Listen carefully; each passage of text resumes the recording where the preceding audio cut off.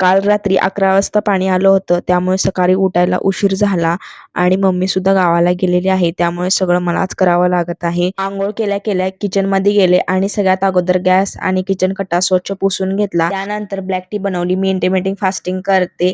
दुपारी 12 वाजल्यापासून ते संध्याकाळी 8 वाजेपर्यंत मला जे खायचं आहे ते खाते आणि 16 तासामध्ये फक्त मी ब्लॅक टी, ग्रीन टी आणि पाणीच घेते आणि 8 तास मला जे हवं आहे ते खाते.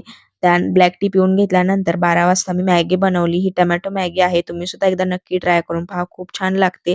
सगळ्यात अगोदर मी पॅनमध्ये 2 चमचे तेल घेतलं. त्यामध्ये जिरी टाकली. जिरी छान तडतडल्यानंतर टोमॅटो टाकला, अद्रक लसूणची पेस्ट टाकली, मिरची पावडर टाकली, चवीपुरतं मीठ टाकलं. छान मिक्स करून घेतलं. त्यानंतर पाणी टाकलं. त्यानंतर मॅगी मसाला टाकला, मॅगी टाकली आणि छान अशी शिजवून घेतली आणि बाउलमध्ये काढून घेतली. मस्तपैकी खाऊन घेतली.